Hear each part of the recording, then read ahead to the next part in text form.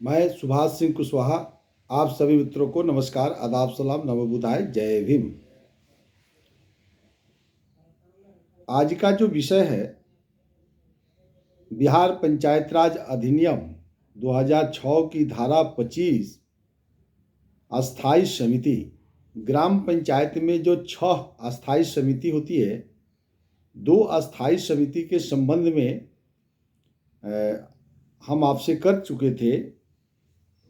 योजना समन्वय एवं वित्त समिति और लोक निर्माण समिति, जिसके अध्यक्ष ग्राम पंचायत के मुखिया होते हैं, उसकी चर्चा बृहत रूप में आप सुन चुके हैं। आज जो चर्चा होगी, ग्राम पंचायत में जो 4 अस्थाई समिति हैं, 6 में 2 की चर्चा हो गई है, 4 की चर्चा आज हम प्रयास करते हैं कि 4 की चर्चा हम करें। तो बहुत ही अच्छा विषय है आज का। जो ग्राम पंचायत के सदस्य हैं या ग्राम पंचायत के मुखिया हैं या जो बुद्धिजीवी वर्ग के लोग हैं, उनको जानने का पूरी अधिकार है, आज़ादी है। आप जानते भी हैं और जानकारी प्रतिदिन आवश्यकता है बढ़ाने की। और तब केंद्र की सरकार और राज्य की सरकार जो विकास करना चाहती है, खास करके बिहार के माननीय मुख्यमंत्री नीतीश कुमार जी एक गांव के छोटी सी इकाई बना करके वार्ड सदस्यों को एक मजबूत करने का जो काम किए और उनके माध्यम से सरकार के संकल्पों को विभिन्न विभागों के माध्यम से गांव में रहने वाले गरीब किसान मजदूरों के विकास के लिए जो संकल्प लिया है, उसको पूरा करने में अस्थाई समिति की महत्वपूर्ण योगदान है। तो चलिए सुनते हैं। उत्पादन समिति।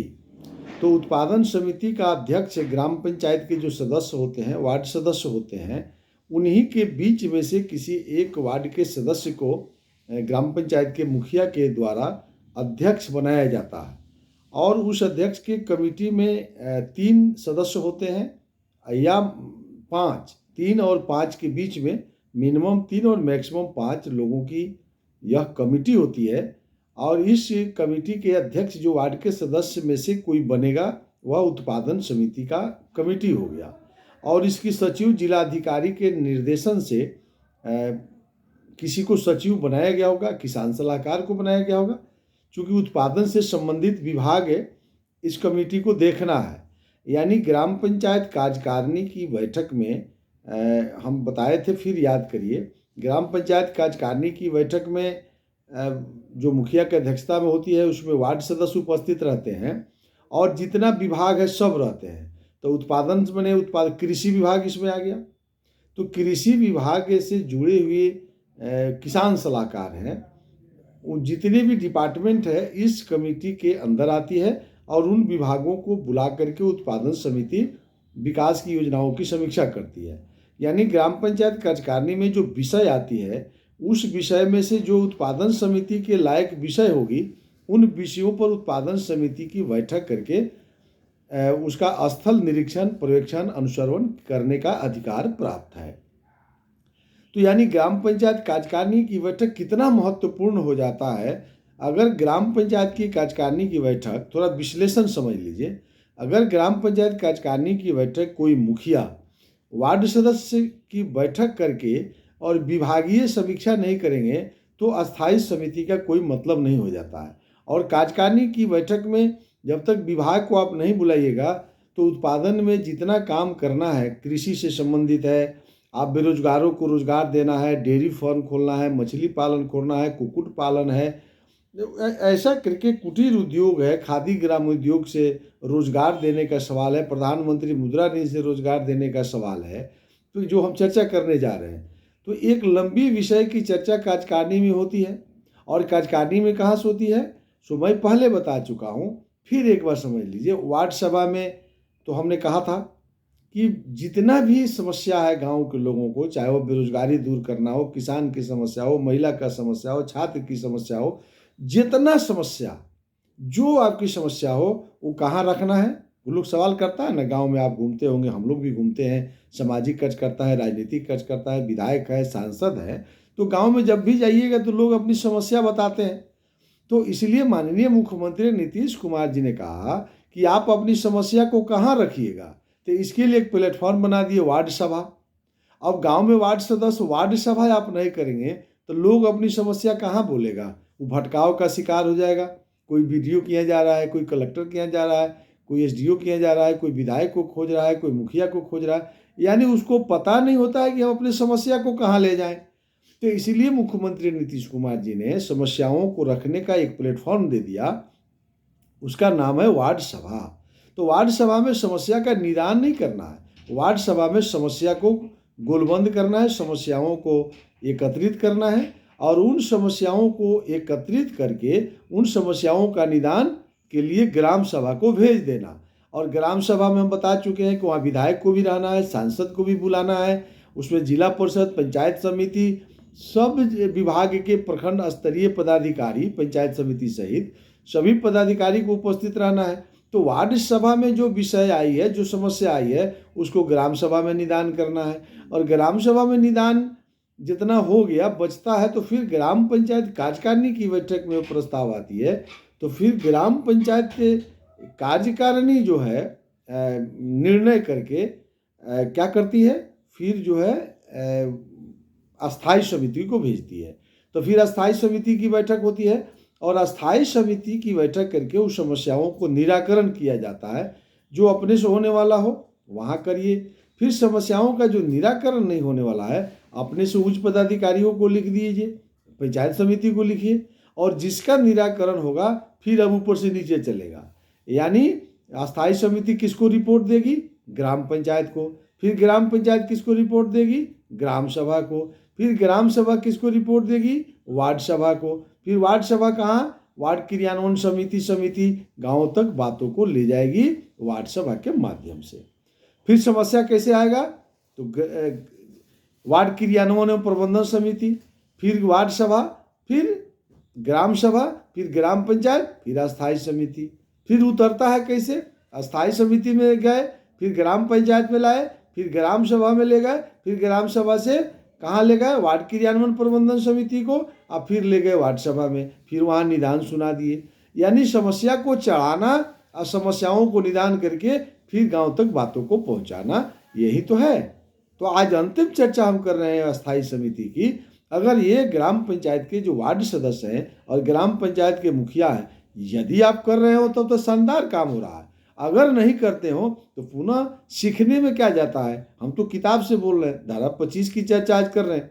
तो उत्पादन समिति को पढ़िएगा, पेज नंबर भी पहला किताब से ही हम पढ़ रहे हैं, अभी कानून पर हम नहीं जा रहे हैं। 36 में आपको किताबी भाषा में पढ़ देता हूँ, फिर विश्लेषण कर देंगे। यह समिति कृषि विभाग की चर्चा हमने किया, पशुपालन यानी कृषि विभाग से पशुपालन है, आप डेयरी फार्म खोलिए, डेयरी भी कह रहा है, कुक्कुट पालन में क्या क्या आता है? आप मुर्गी पालन कीजिए, बतख पालन कीजिए, आप जो करना चाहते हैं तो उसको करिए। मत्स्य पालन, आप मछली पालक, जो हमारे गांव गरीब किसान मजदूरों के बीच में जो मछली पालक है, वो बेरोजगारों को कैसे दूर करिएगा? वानिकी संबंधी प्रक्षेत्र, खादी ग्रामीण उद्योग है, खादी ग्रामीण उद्योग में बहुत से बेरोजगारों को रोजगार देने का प्रावधान सरकार ने किया है, इसको करना है। गरीबी उन्मूलन संबंधी कार्यों का अनुश्रवण एवं पर्यवेक्षण करती है। देखिए, अब जो उत्पादन समिति के अध्यक्ष हैं ग्राम पंचायत कार्यकारिणी में, अब कितना बड़ा काम है इसका अनुश्रवण और पर्यवेक्षण की जवाबदेही इतना डिपार्टमेंट का। बेरोजगारों को रोजगार कैसे दीजिएगा? तो बेरोजगारों को रोजगार तो आया होगा वार्ड सभा में, तो वार्ड सभा से, ग्राम सभा से लिस्ट लीजिए कि कितना बेरोजगार है आपके पूरे पंचायत में, और पूरे पंचायतों को बेरोजगारों को रोजगार देने के लिए कौन कौन हेड है सरकार के पास जहाँ से पैसा मिल जाएगी। तो उनका निराकरण करने के लिए उत्पादन समिति को जवाबदेही है। अब किसानों की समस्याओं, किस खेत में पानी जा रहा है, किस खेत में पानी नहीं जा रहा है, सिंचाई की सुविधा कैसे हम बढ़ाएंगे, लघु सिंचाई है, सिंचाई विभाग है, स्टेट ट्यूबवेल है, फिर जो है लघु सिंचाई से सरकार बोरिंग लगाती है, फिर कृषि विभाग से सामूहिक किसानों का एक समूह बना दीजिए 10, 15, 20 लोगों का। उन किसानों को लिए कृषि विभाग से जो है सामूहिक स्टेट ट्यूबवेल लगाई जा रही है, पानी की पटवन हो रही है, तो पाइपलाइन अभी 90% सब्सिडी पर आपको कृषि यंत्र की व्यवस्था हो रही है। अब तो समूहों को ट्रैक्टर 80% पर मिल रहा है। तो ये अस्थाई समिति, उत्पादन समिति ग्राम पंचायत कार्यकारिणी की अगर हर माह बैठक नहीं करते हैं तो आप कैसे किसानों की समस्याओं को दूर करिएगा? कैसे बेरोजगारों को रोजगार दीजिएगा? इसलिए वार्ड सदस्य भाइयों, आप लड़ाई लड़ते हैं, बहुत अच्छा लगता है, लेकिन लड़ाई हो कि उत्पादन समिति के अधिकार सरकार दे। यदि इसमें आपको अधिकार कम दिखाई देता है, काम तो बहुत है, 500, अब फिर एक सवाल लोग करता है 500 रुपया मिलता है, तो भैया हम तो कहते हैं कि 10,000 सरकार दे दे। ये तो संघर्ष होना ही चाहिए, लड़ाई होना ही चाहिए, अपनी बात कहना चाहिए। लेकिन जितना दिन अगर नहीं कर रहे हैं, तो जिस भरोसे से गांव के लोगों ने वोट दे करके आपको जिता दिया, उस भरोसा पर 500 रुपया अपना 10,000 वेतन के लिए उसका भरोसा को तोड़ रहे हैं। उसके भरोसा को मत तोड़िए, उसका काम करते हुए हम भी कह रहे हैं आपके साथ कि आपकी वेतन मुखिया का भले कम हो, लेकिन वार्ड सदस्यों का तो वेतन 10,000 होना चाहिए और होना चाहिए। ये लड़ाई होगी। लेकिन वार्ड सदस्य भाइयों, आपके तो उत्पादन समिति के अध्यक्ष मुखिया बना दिए होंगे, तो मुखिया बना दिए तो अब आपको क्या करेंगे, माथा फोड़ लें? इसलिए जो उत्पादन समिति के अध्यक्ष होंगे उनको एक बड़ी जवाबदेही है। आज का ये पहला था। दूसरा देखिए, सामाजिक न्याय समिति, इसके अध्यक्ष उप मुखिया होते हैं। हम पहले ही बताए थे, ग्राम पंचायत में हम बताया था, उप मुखिया सामाजिक न्याय समिति के अध्यक्ष होते हैं। यह समिति क्या क्या करती है, जरा समझ लीजिए, किताब पढ़ लेते हैं और तब विश्लेषण करते हैं। यह समिति अनुसूचित जाति, अनुसूचित जनजाति के साथ ही कमजोर वर्गों की शैक्षणिक, आर्थिक, सामाजिक, सांस्कृतिक हितों सहित अन्याय से बचाने तथा महिलाओं एवं बच्चों के कल्याण संबंधी कार्य करती है। यानी आंगनबाड़ी भी आ गया। अब देखिए इसमें क्या नहीं है गरीबों के लिए। अब सामाजिक न्याय समिति के अध्यक्ष उप मुखिया है, अब आपको अध्यक्ष बना दिया गया। अब नीतीश कुमार जी क्या करें? हमको जरा कोई बिहार के मुखिया और वार्ड सदस्य जरा समझाते तो हमको भी लगता कि भाई ने क्या करना चाहिए। अब तो उप मुखिया अध्यक्ष है, कह रहा अनुसूचित जाति जनजाति के साथ कमजोर वर्ग, अति पिछड़ा हो गया। जो गांव में किसी भी जाति के जो कमजोर लोग हों, अति पिछड़ा वर्ग के लोग हैं, उनको क्या ठीक करना है? शैक्षणिक, उनके घर में शिक्षा कैसे पहुंचे, पहुंच भी रही है, लेकिन और तेजी से 100% मैट्रिक पास कैसे हो, इंटर पास कैसे हो। जब उसकी शैक्षणिक स्थिति हम ठीक करेंगे तब न मुख्यमंत्री नीतीश कुमार जी कहे हैं कि हम बच्चों का पोशाक देंगे, साइकिल दे रहे हैं, किताब दे रहे हैं, छात्रवृत्ति दे रहे हैं, फिर मैट्रिक पास कीजिएगा तो 10,000 रुपया दे रहे हैं अच्छा डिवीजन ले आने पर, फिर आपको जो है इंटर पास करने पर पैसा मिल रहा है, फिर इंटर करने के बाद टेक्निकल डिग्री के लिए स्टूडेंट क्रेडिट कार्ड से माननीय मुख्यमंत्री नीतीश कुमार जी उसको आगे बढ़ा रहे हैं। कहाँ कोई परेशानी है? तो आप शैक्षणिक उसको ठीक करने की जवाबदेही अब विधायक को है, एमपी को है। वो विधायक और एमपी मिल के तो पावर दे दिया, अधिकार दे दिया उप मुखिया जी को, और उप मुखिया जी ब्लॉक में धरना पर बैठ रहे हैं। तो यह हास्यास्पद नहीं है? कोई उप मुखिया हमको बुला कर कहे जे आपको क्या दिक्कत है, तो दिक्कत है तो ग्राम सभा में लाइए बात, ग्राम पंचायत कार्यकारिणी की बैठक में लाइए, ग्राम पंचायत के मुखिया पंचायत समिति में जाके हंगामा खड़ा करें, आंदोलन हो इसके लिए, हम भी साथ रहेंगे, सब लोग रहेगा। लेकिन विषय पर अब कह रहा है आर्थिक रूप से मजबूत कीजिए। अब गांव गरीब किसान मजदूर को कह रहा है अनुसूचित जाति जनजाति दबे कुचले वर्ग जो हम लोग भाषण में बोलते हैं, उसको कह रहा है कि सामाजिक न्याय समिति उप मुखिया को जवाबदेही दिया गया है कि आप उसकी आर्थिक स्थिति कैसे ठीक करिएगा। तो आर्थिक स्थिति ठीक करने के लिए खादी ग्राम उद्योग जानिए रहे, प्रधानमंत्री मुद्रा ऋण जान रहे हैं, आपको मनरेगा से रोजगार देने का सवाल है, आप छोटी छोटी दुकान करके उसको प्रधानमंत्री मुद्रा ऋण से मदद कर सकते हैं। तो उसको आर्थिक स्थिति से कैसे ठीक कर दीजिएगा, यानी बीपीएल को एपीएल में ले जाने की जवाबदेही है। फिर कह रहा है कानून में सामाजिक वातावरण में अब वो अनुसूचित जाति के लोग हैं, दबे कुचले वर्ग के लोग हैं, जाति प्रथा उसको लोग मत दबा दें। अब जो अनुसूचित जाति के लोग हैं उसको जाति सूचक शब्द देख करके गाली नहीं दे, छुआछूत की भाव नहीं रहे। बहुत लोग पानी पीने से पहले मना करता था, यह सब नहीं हो, उसकी सामाजिक पृष्ठभूमि ठीक हो, सांस्कृतिक खेलकूद में भी उसकी भागीदारी हो, गांव के लोगों के साथ जो है उसके वातावरण के निर्माण में वो रहे।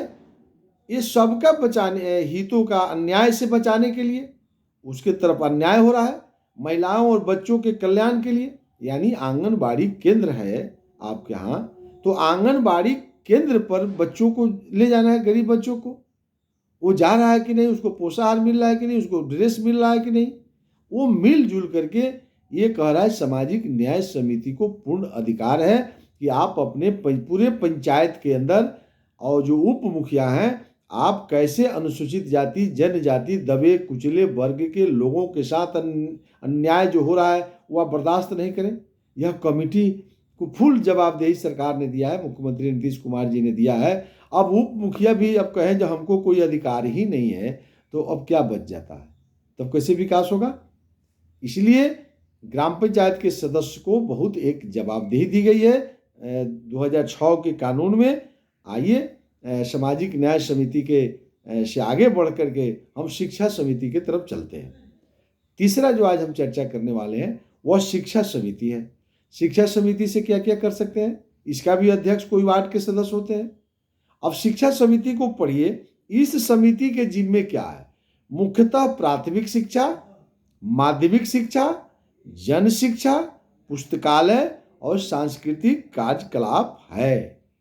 आप देखिए इसके वार्ड के सदस्य जो अध्यक्ष होंगे, 3, 4, 5 वार्ड के जो मेंबर होंगे, इस कमेटी के मेंबर होंगे, और उसमें से एक आदमी कोई अध्यक्ष होगा। और इस कमेटी के और जितने भी शिक्षा विभाग का विद्यालय है, मध्य विद्यालय और प्राथमिक विद्यालय, उसके प्रधानाध्यापक इसके मेंबर हो गए। जब शिक्षा समिति इसके अंदर आती है तो आपको जन शिक्षा है, 15 से 35 वर्ष के बीच में जो हमारे अभिभावक के पुरुष और महिला जो अशिक्षित रह गए हों उसको शिक्षित करना है, तो ये जवाबदेही वार्ड सदस्यों की है। आप उसको बुलाइए, आप में से कोई अध्यक्ष हैं तो शिक्षा समिति की बैठक करके आप सभी वार्ड के सदस्य अपने अपने वार्ड में जो विद्यालय उसके अध्यक्ष होते हैं, तो यह जो शिक्षा समिति है, विद्यालय शिक्षा समिति की नियमित बैठक होती है कि नहीं। आप उदाहरण स्वरूप मान लीजिए किसी पंचायत में 8 विद्यालय है, तो 8 विद्यालय का 8 को वार्ड सदस्य अलग अलग अध्यक्ष होंगे, तो 8 विद्यालय में विद्यालय शिक्षा समिति की बैठक होती है कि नहीं होती है। तो यदि होती है तो क्या क्या प्रस्ताव हुआ है, एक एक विद्यालय का मॉनिटरिंग करना, तब जाकर विषय निकलेगी कि पोषाहार की स्थिति क्या है, बच्चों की उपस्थिति की स्थिति क्या है, भवन की क्या स्थिति है, उसकी रख रखाव की क्या स्थिति है, शौचालय की क्या स्थिति है, बच्चियों के लिए और बच्चों के लिए अलग अलग शौचालय की व्यवस्था क्या है, उसके प्रांगण की क्या स्थिति है, खेल मैदान की क्या स्थिति है, तब ना आप जो है खेल कूद के लिए भी कह रहा है। तो ये शिक्षा समिति जो है, जो अध्यक्ष हैं, सभी विद्यालयों का एक एक करके मॉनिटरिंग, और फिर पहला क्लास, दूसरा क्लास, तीसरा क्लास से 8वां क्लास तक के बच्चों की उपस्थिति। अब देखेंगे कि इसमें सबसे बड़ा समस्या है ड्रॉप आउट का। तो यह शिक्षा समिति प्रत्येक माह जब बैठक करेंगे, जो वार्ड के सदस्य हैं, एक एक के बच्चों पर जब ध्यान देंगे, आपके जैसे 8 गो विद्यालय है, तो 8 विद्यालय के पहला क्लास में कितने बच्चे हैं, किसी में 50, किसी में 60, किसी में 100 होंगे। कुल मिलाकर 800 विद्यालय से अगर 1000 बच्चे मान लीजिए कि पहला क्लास में पढ़ते हैं, तो आपके वार्ड सदस्य बने हुए लगभग 1 साल हो गया। तो आपको अभी मार्च आ रहा है, तो मार्च टू मार्च आपका सेशन है, तो 31 मार्च तक अगर 1000 बच्चे पहला क्लास के विद्यार्थी हैं, तो अभी आज के डेट में शिक्षा समिति के किसी अध्यक्ष से पूछा जाए, वार्ड के सदस्य होंगे, कि आपके पंचायत में कुल पहला क्लास में पढ़ने वाले बच्चों की संख्या कितनी है, हमको लगता है बिहार में अभी कोई नहीं बता पाएगा। इसलिए नहीं बता पाएगा कि बैठक नहीं हो रही है। अब बैठक हो रही है तो जानकारी बढ़ाइए, तो जानकारी बढ़ा लीजिएगा तो निश्चित रूप से कल्याण होगा। तो इस समिति के जो अध्यक्ष होगा, पहला क्लास, दूसरा क्लास, तीसरा क्लास, 8वां क्लास तक आपके पूरे पंचायत में सरकारी विद्यालय में कितने बच्चे पढ़ते हैं। फिर आप कॉन्वेंट होगा तो कॉन्वेंट में कितने बच्चे पढ़ते हैं, और तब निकल जाएगा कि बाहर कितने बच्चे हैं। बाहर बच्चों की नगण्य संख्या हो गई है। 99% बच्चे किसी न किसी विद्यालय में नाम लिखा लिए, लेकिन विद्यालय नहीं जाते हैं। तो पहला तो समस्या है कि नामांकन। अब तो नामांकन हो गया सरकारी विद्यालय में और प्राइवेट विद्यालय में। अब जब 1 अप्रैल आएगा, जब पहला क्लास से अब दूसरा क्लास में जाना है, तो दूसरा क्लास में 1000 में कितने बच्चे गए, आप देखिएगा कि 500 जाते हैं। हम लोग का जो आकलन है, हम भी आकलन करते रहते हैं, 50% सीजन है पहला क्लास से दूसरा क्लास जाने में ड्रॉप आउट है। तो ये आप वार्ड सदस्य किस बात का है? जो पहला क्लास से दूसरा क्लास में वार्ड सदस्य सफल तब होंगे जब 1000 बच्चे आ जाएं और दूसरा क्लास में भी 1000 बच्चे जाए, पढ़ाई नहीं छोड़े। इस ड्रॉप आउट को रोकना पड़ेगा, इस छीजन को रोकना पड़ेगा। ड्रॉप आउट का हिंदी छीजन होता है। तो इस ड्रॉप आउट को जो बच्चे छीजित हो जाते हैं पहला क्लास से दूसरा क्लास जाने में, फिर दूसरा क्लास से तीसरा क्लास में, तीसरा से चौथा, चौथा से पांचवा, तो आज आप 5 वर्ष के लिए वार्ड सदस्य हैं। तो आज अगर 1000 बच्चे पहला क्लास में हैं तो 5 वर्ष के कार्यकाल पूरा होते होते आपको छठा क्लास में 1000 बच्चे पहुंचा दीजिए, तो आपको तो राष्ट्रपति बुला करके माला पहना देंगे दिल्ली में। कोई ताकत नहीं है रोकने वाली। आप वीडियो कलेक्टर को बताइए कि आज पहला क्लास में शिक्षा सेवक को हम आपको बता देते कि राष्ट्रपति पुरस्कार कैसे मिलता है, आपको मेडल भी जीतना चाहिए। आप पहला क्लास और 8वां क्लास तक के कितने बच्चे हैं, कोई भी बिहार के शिक्षा समिति की जो कार्यकारिणी के अध्यक्ष हैं, मुखिया, वार्ड सदस्य, कोई तो होगा। तो वो वार्ड सदस्य काबिल बने, या हम काबिल हैं, शिक्षा को सुधार दिए। तो शिक्षा को सुधारने के लिए तो मुख्यमंत्री नीतीश कुमार जी ने अधिकृत कर दिया। तो ये शिक्षा समिति को कौन रोका है? अगर रोका है तो बताइए, सरकार से लड़ाई हो। अगर नहीं रोका है तो विद्यालय शिक्षा समिति की बैठक नहीं होती है, इसका कौन दोषी है? अब होती है तो 8 क्लास में कितने बच्चे हैं? तो 8वां क्लास के जो अभी आज के डेट में जो होंगे, आज के वार्ड सदस्य 5 वर्ष रहिएगा, तो 8 में 5 जोड़ दीजिए तो 13 साल, यानी वो इंटर भी कर गया रहेगा। तो आप 5वां वर्ष में वो तो टेक्निकल डिग्री के ट्रेनिंग दीजिए उसको 9वें 10वां से। कोई इंजीनियर बनना चाहता है, कोई डॉक्टर बनना चाहता है, कोई साइंटिस्ट बनना चाहता है, कोई कृषि कार्य में पढ़ना चाहता है, कोई बीबीए करना चाहता है, तो उसके लिए माननीय मुख्यमंत्री Nitish Kumar student credit card दिए हुए। तो उस बच्चों को 8वां क्लास में मान लीजिए पूरे पंचायत में 100 विद्यार्थी, तो 100 विद्यार्थी आपको इंटर पास कर जाए, तब आपका वार्ड सदस्य सफल हुआ। तब इसके जो अध्यक्ष होंगे शिक्षा समिति के, तो आपकी जवाबदेही है शिक्षा ठीक करने की, किसी की जवाबदेही है उत्पादन समिति ठीक करने का, किसी की जवाबदेही है सामाजिक न्याय समिति के अंदर हमारी काम क्या है, किसी की जवाबदेही है लोक निर्माण समिति, मुखिया की जवाबदेही है कंस्ट्रक्शन ठीक होने का। तो इस तरह से शिक्षा व्यवस्था को हम ठीक कर सकते हैं। सांस्कृतिक खेल कूद है, आपको बहुत से बच्चे खेल कूद में बहुत ऊंचाई पर जाना चाहता है। गांव में भी सचिन तेंदुलकर है, गांव में भी जो है एक से एक खिलाड़ी है, उसको रास्ता नहीं मिल रहा है, उसको मंजिल दिखाने वाला कोई नहीं है, तो उसको कैसे ठीक कीजिएगा? एक एक सिंगर देखिएगा, गायक देखिएगा, गाँव के अंदर बच्चों में इतनी प्रतिभा है, उसकी प्रतिभा को पहचान करने वाला कोई नहीं है। तो यह तो जो शिक्षा समिति के अध्यक्ष होंगे वार्ड सदस्य, उन्हीं को वैसे प्रतिभावान बच्चों को पहचान बनना है। तो सभी प्रतिभावान बच्चों को पहचान बना करके आप उसको ब्लॉक स्तर पर पंचायत समिति में भी हम चर्चा करेंगे, तो वहाँ भी शिक्षा समिति है, जिला परिषद में भी शिक्षा समिति है। तो इनिशियल ग्राम पंचायत काम करेगी, तब जाकर के इसका न्याय मिल सकता है। हम आज का जो चौथा जो विषय है उस पर हम चर्चा करेंगे, लोक स्वास्थ्य परिवार कल्याण एवं ग्रामीण स्वच्छता समिति। इसका कार्य क्या है? इसका भी अध्यक्ष कोई वार्ड के सदस्य होते हैं, और उसमें भी 3 और 5 के बीच में वार्ड के सदस्य मेंबर होते हैं। इसमें स्वास्थ्य विभाग हो गया, पीएचडी विभाग हो गया, चापाकल जिसमें नल जल है, कल्याण विभाग इसमें आता है। तो कल्याण विभाग हो, पीएचडी विभाग हो, स्वास्थ्य विभाग की चिंता लोक स्वास्थ्य कमेटी को करना है। अब इसके जो अध्यक्ष होंगे, अब एएनएम है, आशा कार्यकर्ता है, अब आशा कार्यकर्ता एएनएम के साथ बैठना है। पीएचडी विभाग के प्लम्बर मिस्त्री है, इसमें उसको बैठना है।